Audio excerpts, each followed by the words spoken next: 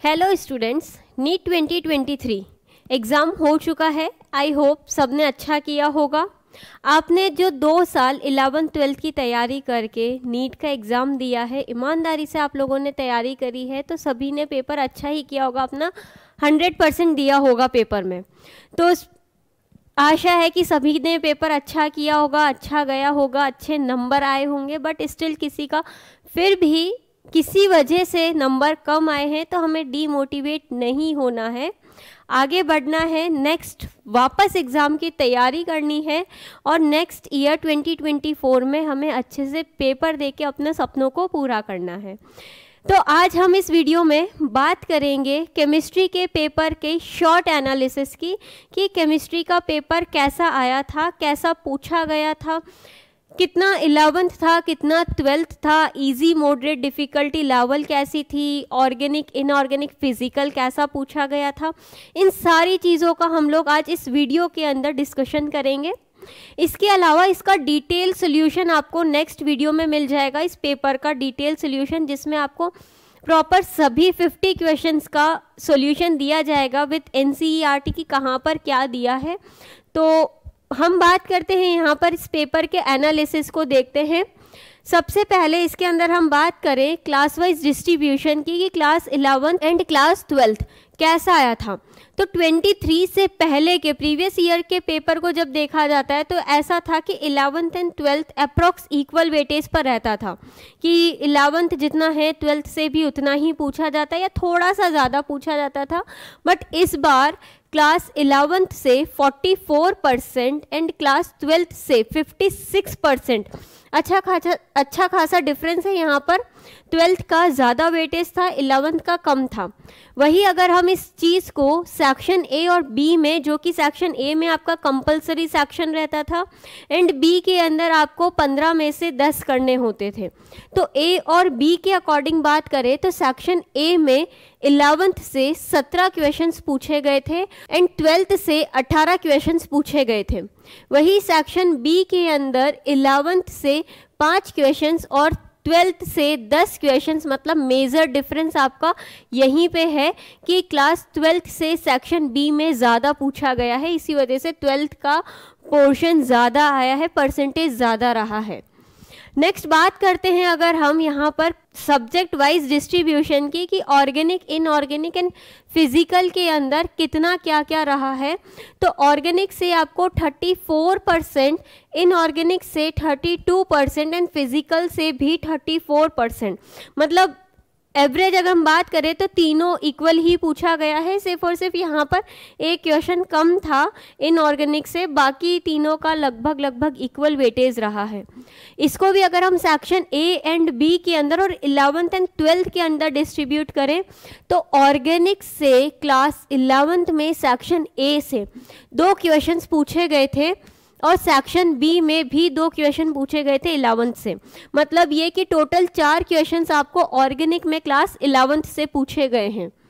And class 12th के अंदर आपको 9 क्वेश्चन सेक्शन ए में और 4 क्वेश्चन सेक्शन बी में पूछा गया है, मतलब टोटल 13 क्वेश्चंस यहाँ पर आपको सेक्शन 12th क्लास से पूछा गया था। अच्छा खासा वेटेज आपका ऑर्गेनिक में 12th का रहा है। इनऑर्गेनिक की बात करें तो सेक्शन ए से 9 एंड सेक्शन बी में 0, एक भी नहीं पूछा था 11th क्लास से।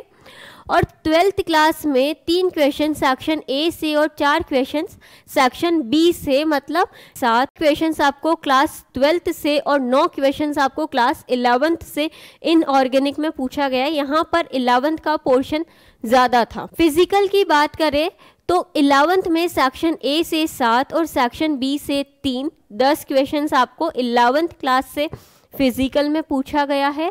एंड 12th के अंदर सेक्शन ए से 5 और सेक्शन बी से 2 क्वेश्चंस आपको यहाँ पर 12th क्लास में फिजिकल से पूछा गया था। तो ये था आपका organic inorganic and physical subject wise distribution, and ये ओवरऑल डिस्ट्रीब्यूशन की कहाँ से कितना पूछा गया है।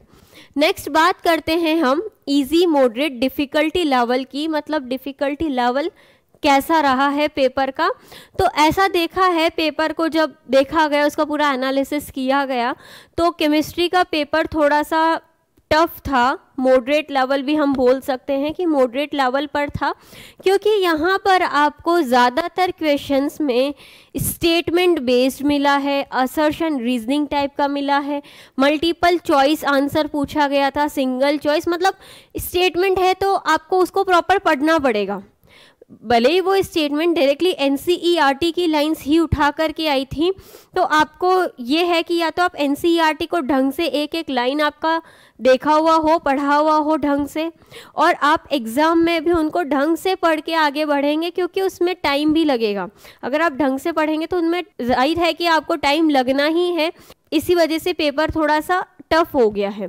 अदरवाइज पेपर इजी था क्योंकि एनसीईआरटी से पूछा गया था, बट थोड़ा सा टाइम कंज्यूमिंग की वजह से मॉडरेट टू डिफ़िकल्टी लेवल की तरफ था। तो हम यहाँ देखें कि इजी, मॉडरेट, डिफ़िकल्ट कैसा पूछा गया है, तो इजी रहा था 44, मॉडरेट 46% एंड डिफ़िकल्ट 10%। मतलब यहाँ इजी का मतलब ये है कि जिसके अंदर आपको डायरेक्टली टिक मार्क करना है, जैसे केमिस्ट्री इन एवरीडे लाइफ से आपको पूछा गया है ट्रैंक्यूलाइजर्स वगैरह पर, तो सीधा टिक करना है, आगे बढ़ना है। इस तरीके से जो क्वेश्चन है इसमें टिक मार्क करके ज़्यादा सोचने की ज़रूरत नहीं है, कोई रिएक्शन भी दी है तो इजीली हो रही है। पिरिडीन का स्ट्रक्चर जिसमें आपको sigma, pi and lone pair पूछा गया है, तो ऐसे क्वेश्चन जिसमें आपको ज़्यादा सोचने की ज़रूरत नहीं पड़ती है वो इजी कैटेगरी में है। मॉडरेट के अंदर जिसके अंदर आपको ज़्यादातर मल्टीपल चॉइस वाले हो गए, असर्शन रीजनिंग हो गए, जो थोड़े टाइम कंज्यूमिंग है, स्टेटमेंट बेस्ड टाइप के क्वेश्चंस जो कि मॉडरेट लेवल में है। डिफ़िकल्ट के अंदर कुछ क्वेश्चंस ऐसे हैं जिसके अंदर आपको कैलकुलेशन करनी है या फिर थोड़ा एक्स्ट्रा सोचने की ज़रूरत पड़ रही है, जो आपको थोड़ा एनसीईआरटी के बाहर आ रहा है, तो वो आपका डिफ़िकल्टी लेवल में है। तो उसको भी अगर हम सेक्शन ए बी में डिवाइड करें, कैटेगराइज करें, तो इजी आपका सेक्शन ए में 17 क्वेश्चंस थे और बी में 5 क्वेश्चंस थे इजी के। मॉडरेट आपका सेक्शन ए में 16 एंड सेक्शन बी में 7 एंड डिफ़िकल्ट सेक्शन ए में 2 एंड बी में 3। तो ये है आपका सेक्शन ए बी के अकॉर्डिंग डिफ़िकल्टी लेवल कि कितना कितना डिफ़िकल्ट था, कितना इजी मॉडरेट था। तो ये आपका पेपर का डिफ़िकल्टी लेवल हुआ है जो कि थोड़ा सा मॉडरेट लेवल पर था। नेक्स्ट अब हम बात करते हैं यहाँ पर कि assertion reasoning, multiple choice, single correct, match the following type के जो कि आपके टाइम कंज्यूमिंग क्वेश्चंस हैं, कितने पूछे गए थे। तो यहाँ पर आपके पास सबसे पहले सिंगल चॉइस, सिंगल चॉइस का मतलब ये हो गया है कि आपको 4 स्टेटमेंट गिवन है, उनमें से बताना है कि कौन सा करेक्ट है, कौन सा इनकरेक्ट है। वन आंसर मतलब सिंगल चॉइस वाला था कि ये करेक्ट है, ये इनकरेक्ट है, तो सिंगल चॉइस टाइप के आपको 3 क्वेश्चंस देखने को मिलेंगे। मल्टीपल चॉइस जिसके अंदर कुछ ऐसा है कि आपको ए बी सी डी ई इस तरीके से 4 या 5 स्टेटमेंट दे दे एंड पूछ ले कि A B C D are correct, A B D are correct, A B are correct, A D are correct, इस टाइप के अगर पूछा गया है तो वो आपको मल्टीपल चॉइस में आते हैं और 5 क्वेश्चंस वैसे वहाँ से पूछे गए थे। Next match the following type के आपको 2 क्वेश्चंस पूछे गए, लिस्ट 1 लिस्ट 2 एंड आपको मैच करके आंसर बताना है कि इसके साथ में ये आंसर जाएगा, इसके साथ में ये ऑप्शन जाएगा। एंड असर्शन रीजनिंग जिसके अंदर आपको 6 क्वेश्चंस, बहुत इंपॉर्टेंट, असर्शन रीजनिंग जिसके अंदर आपको स्टेटमेंट गिवन है 2, दोनों करेक्ट है, इनकरेक्ट है, एक करेक्ट एक इनकरेक्ट, करेक्ट एक्सप्लेनेशन है या नहीं है, ये वाला पोर्शन सबसे ज़्यादा टाइम कंज्यूमिंग है। तो इसके अंदर आपको बहुत टाइम लगा, एक मल्टीपल चॉइस वाले में ज़्यादा टाइम लग सकता है। तो ये 2 पोर्शन मतलब 6 और 5 टोटल 11 क्वेश्चंस ऐसे हैं जिसमें ज़्यादा टाइम लग सकता है। उसके अलावा ये 3 और 2 5 क्वेश्चन जिसमें उससे कंपैरिजन में थोड़ा सा कम। तो ये वाला पोर्शन ऐसा जिसमें आपको ज़्यादा टाइम की रिक्वायरमेंट थी, तो इन्हीं की वजह से एक्चुअली पेपर टफ आया है। अदरवाइज़ पेपर हर बार ईजी ही रहता था, इस बार थोड़ा सा टफ लेवल पर है। नेक्स्ट तो हम बात करते हैं यहाँ पर क्लास वाइज डिस्ट्रीब्यूशन की, जिसके अंदर सबसे पहले हम क्लास 11th का डिस्ट्रीब्यूशन देखें कि क्लास 11th में कौन से चैप्टर से कितना पूछा गया है। सबसे पहले some basic concept of chemistry, 2 questions पूछे थे आपको, स्टोइकियोमेट्री, रिएक्शन बेस्ड, मोल्स वगैरह कैलकुलेट करने थे। Structure of atom, atomic structure से 2, statement based, multiple choice statement based. Classification of element एक, केमिकल बॉन्डिंग बहुत इंपॉर्टेंट, अच्छा वेटेज रहा है, 4 क्वेश्चंस आपको केमिकल बॉन्डिंग से देखने को मिले। स्टेट ऑफ मैटर से एक, Boyle's law, graphical based, NCERT, graph कौन सा करेक्ट है कौन सा इनकरेक्ट है पूछा था। थर्मोडायनेमिक्स से भी अच्छा पूछा गया है, 3 क्वेश्चंस यहाँ पे थर्मोडायनेमिक्स से पूछे गए थे। डायरेक्ट फॉर्मूला बेस्ड था एक तो, जिसमें delta H is equals to delta E plus delta N GERT, direct formula based enthalpy का फॉर्मूला पूछा था। इस पेपर में इक्विलिब्रियम का कोई भी क्वेश्चन नहीं पूछा गया था, आयनिक और केमिकल इक्विलिब्रियम से कुछ भी नहीं आया था। रेडॉक्स रिएक्शन से एक, रिएक्शन बैलेंसिंग करनी थी। हाइड्रोजन से एक, एस ब्लॉक से 2, पी ब्लॉक से 2, एनसीईआरटी बेस्ड, स्टेटमेंट बेस्ड थे जिसमें कुछ मल्टीपल चॉइस वाले आंसर थे, कोई सिंगल चॉइस का था। Organic chemistry some basic principle से 3, जिसमें भी आपको एनसीईआरटी का ही पिरिडिन पूछा है, कितने सिग्मा है, कितने पाई है, कितने लोन पेयर है, कितने कंपाउंड्स एरोमेटिक है, एनसीईआरटी का ही पूछा गया था बेसिकली। एंड एनवायरमेंटल केमिस्ट्री से भी एक सिंगल करेक्ट ऑप्शन के अकॉर्डिंग पूछा गया था कि 4 ऑप्शन में से कौन सा करेक्ट है। तो ये है क्लास 11th का डिस्ट्रीब्यूशन की किन चैप्टर्स का ज़्यादा वेटेज रहा था, किन का कम और किन से बिल्कुल भी नहीं आया है। नेक्स्ट बात करते हैं हम यहाँ पर क्लास 12th की, कि क्लास 12th के अंदर कितना कितना कहाँ से पूछा गया था। तो सबसे पहले सॉलिड स्टेट से 2, जिसके अंदर एक क्वेश्चन अच्छा था, डिफ़िकल्ट लेवल पर बोल सकते हैं हम कि वो थोड़ा डिफ़िकल्ट क्वेश्चन था।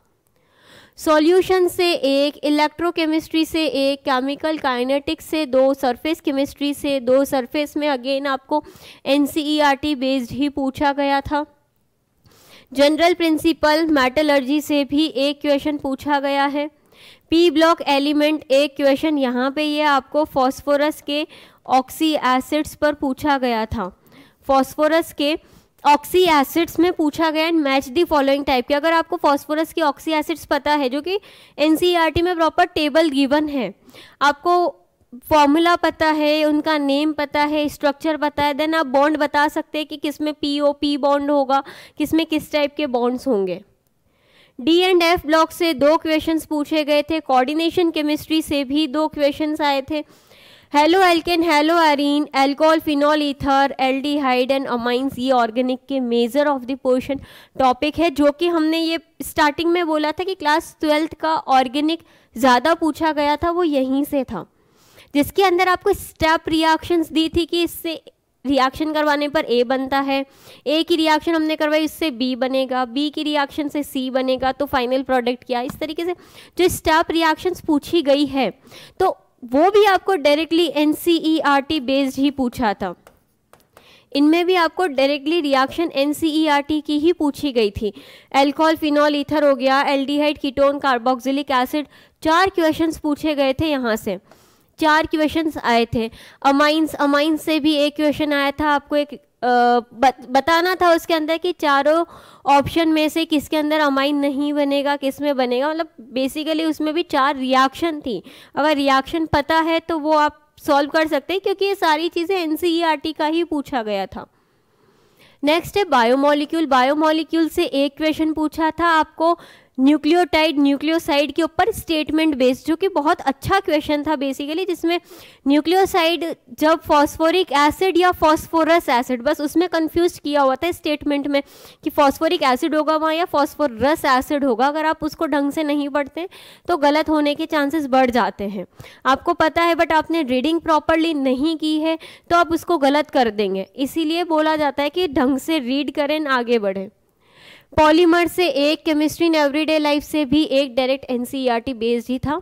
तो ये था क्लास 12th का डिस्ट्रीब्यूशन। इसके अलावा ऑर्गेनिक में जो क्वेश्चंस पूछे हैं इसमें कुछ इंपॉर्टेंट, जैसे कि आपको कुछ क्वेश्चंस एल्कोहल, फिनॉल, ईथर या हम हेलो एल्केन, हेलो एरीन की बात करें, यहाँ से पूछा था, जिसमें डायरेक्ट प्रोडक्ट ही पूछा गया है कि कुछ दिया है, एल्कोहल दिया है, रिएक्शन करवानी है, एल्काइल हैलाइड बनेगा, सिंगल प्रोडक्ट रिएक्शन पूछी थी। बट इम्पॉर्टेंट वहाँ पर ये हो जाता है कि आप रिएक्शन करवा रहे हैं, अगर आप भूल जाते कि हमने रीअरेंजमेंट नहीं करवाया तो वो गलत हो जाएगा।